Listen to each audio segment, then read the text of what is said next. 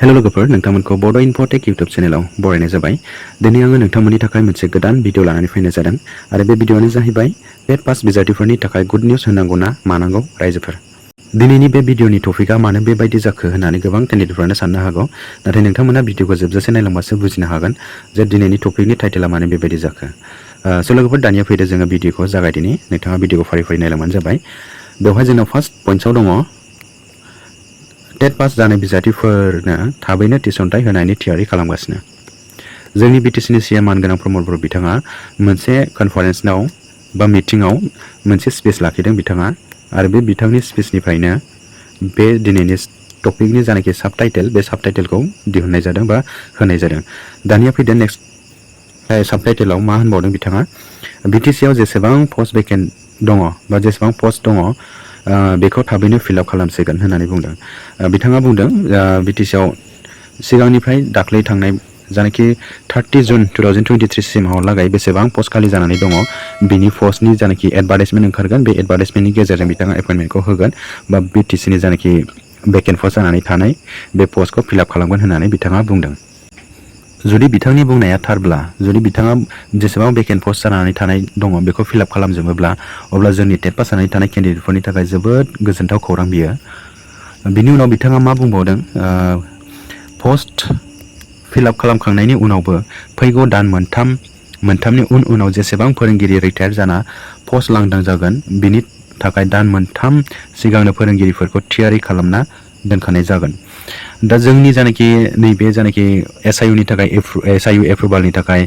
जानाखि प्रप'जाल थांनाय बियो जुदि एप्रुभ जानानै फैयोब्ला बिनि एडभार्टाइजमेन्टखौ सिगांग्रो होग्रोगोन, ओमफ्राय एडभार्टाइजमेन्टखौ सिगांग्रो होग्रोनायनि उनावहाय एपइन्टमेन्ट होगोन, आरो बे एपइन्टमेन्ट होनायनि उनावहाय जायनाखि केन्डिडेट बिथांमोनहा 1 मार्क 2 मार्क बा पइन्ट्स 1 पइन्ट्स 2 नि थाखाय एफा मार्कनि थाखाय बिथांमोना एपइन्टमेन्टखौ मोननो हायाखैब्ला बिथाङा नेक्स्ट जानाखि दान मोनथामनि उनावहाय पस्ट खालि जानानै थानाय फोरोंगिरिफोरनि जानाखि लांदां जानाय मासि बेवहाय थिसनगोन होननानै बिथाङा बुंदों। दा जोंनि टेट पास जानानै थानाय बैफोर केन्डिडेटफोरा 1 मार्क 2 मार्कनि थाखाय जेब्लानाखि एडभार्टाइजमेन्ट सिगांनि ओंखारनाय बेवहाय जुदि एपइन्टमेन्टखौ मोननो हायाब्ला बेवहाय बिथाङा मोनहैनायनि चान्स थाहैगोन। बे जोंनि जानाखि टेट पास जानानै थानाय केन्डिडेट बिथांमोननि थाखाय जोबोद गोजोनथाव खौरां बियो। हयथ' बिथाङा बेखौ वाइटिं लिस्ट हिसाबै दोननो हागौ। वाइटिं लिस्ट हिसाबै जुदि दोनोब्ला बियो साबसिन जागोन, जाहाथे जोंनि जेसेबां केन्डिडेटफोर दङ बिथांमोना फारि 1 स्टेप 2 स्टेप 3 स्टेप बेबायदि सिरियाल वाइसै माने एपइन्टमेन्टखौ मोनलांबाय थागोन। अब्ला जोंनि जानाखि जेसेबांनाखि भेकेन्ट पस्ट जानानै दङ बेबो फिलआप जागोन, आरो जेसेबां भेकेन्ट पस्ट फैगौ समावहाय जाबोबाय थागोन बेबायदिनो फारि जोंहा जेसेबां टेट पास जानानै थानाय केन्डिडेटफोर दङ बेबायदिनो फारि एपइन्टमेन्टखौ मोनलांबाय थागोन। जोंहा मोनफ्रोमबो दान मोनसे बा मोननैनि गेजेरावनो जोंहा फोरोंगिरि रिटायार जालांबाय थायो। दा बैफोर रिटायार जालांबाय थानाय जेसेबां रिटायार जालांबाय थागोन एसेबांनो टेट पास जानानै थानाय केन्डिडेटफोरखौ थिसनलांबाय थागोन। बेबायदि जुदि खालामोब्ला जोंनि थाखाय जोबोद गोजोनथाव खौरां, जोबोद गोजोनथाव खौरां होननानै जों बुंनांगोन जुदि बेबायदि जामारोब्ला। दा बिथाङा बे खोथाखौ मोनसे मिडियानि मोनसे कनफारेन्सआव मिटिंआवहाय बे स्पिचखौ लाखिदों। दा बे स्पिचखौ नोंथांमोना खोनासंदो। बिथांनि जानाखि भिडिअ क्लिप दङ बे भिडिअ क्लिपखौ नोंथाङा नायनानै लाग्रोदो आरो जानाखि बिथांनि स्पिच बेखौबो खोनासंनानै लाग्रोदो। এটা টিচাৰৰ নাটনি হৈ আছে। আমাৰ 6.3 প্ৰভিঞ্চিয়েলাইজেশ্যনৰ কথা আছে। আমি 99ৰ মাষ্টৰসকলক দিলোঁ, টেটৰ আমি আধা এপইণ্টমেণ্ট দিলোঁ, আৰু নতুন টেট হ'ল, ইয়াত আৰু আমাৰ এপইণ্টমেণ্ট হৈ আছে। অতি শীঘ্ৰে আমি চেষ্টা কৰিছোঁ যিমান ভেকেণ্ট পষ্ট আছে এইটো ফিল আপ কৰাৰ কাৰণে। সেইখিনি কৰি উঠি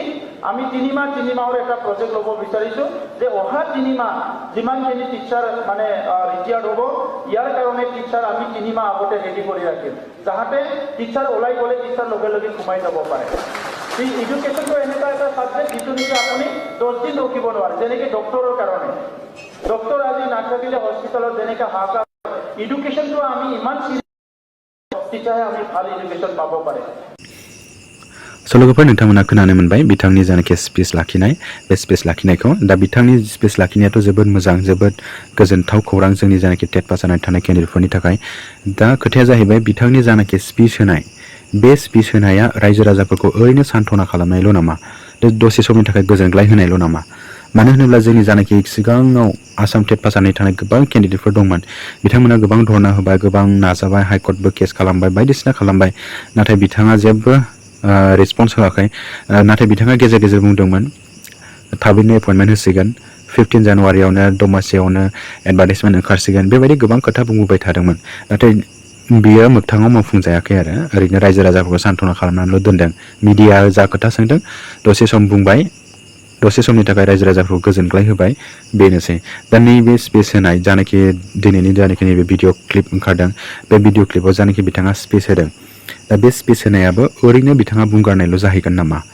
दा बेखायनो आङो दिनैनि टपिकनि जानाखि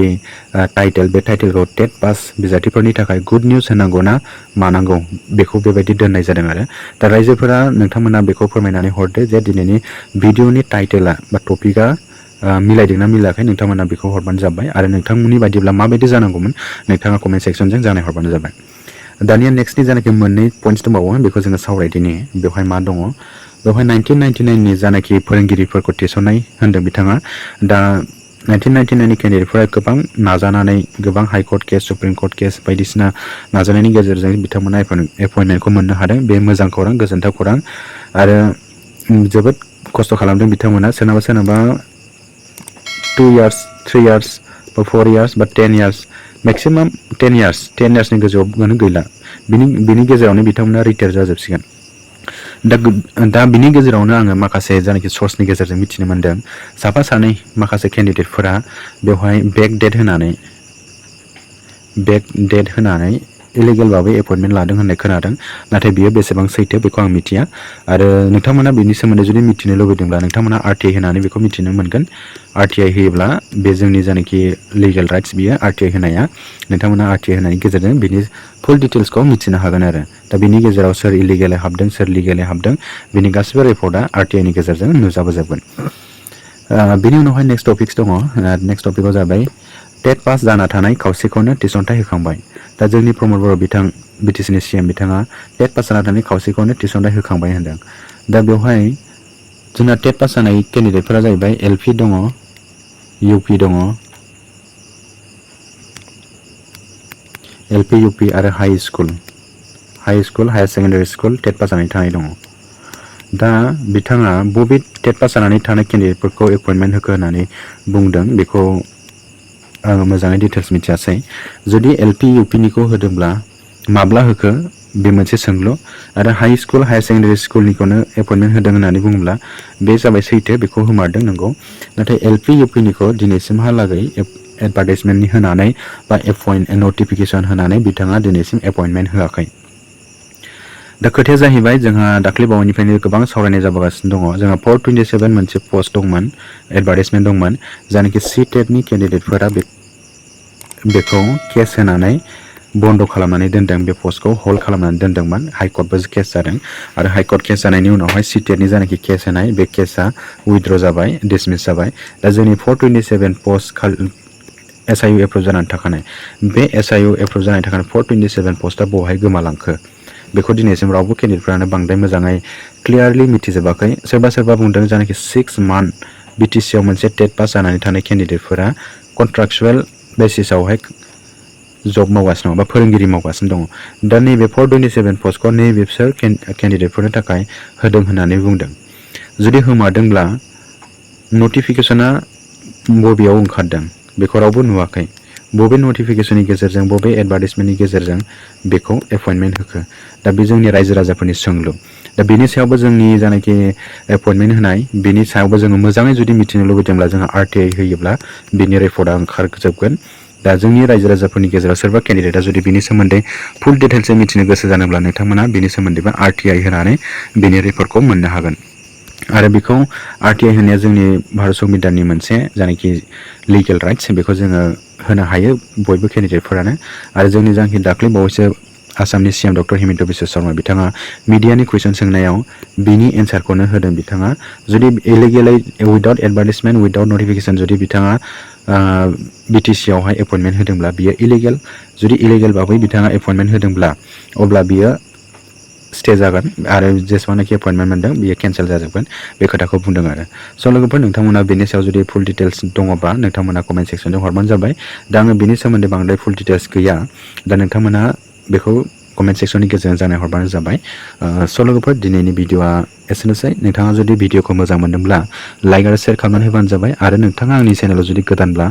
नोंथाङा चेनेलखौबो साबस्क्राइब खालामनानै होबानो जाबाय नोंथांमोननि थाखाय आं बेबायदिनो गोदान इनफरमेटिभ भिडिअ लानानै फैबाय थागोन स' लोगोफोर दिनैनि भिडिअ एसेनोसै गोजोन्थों।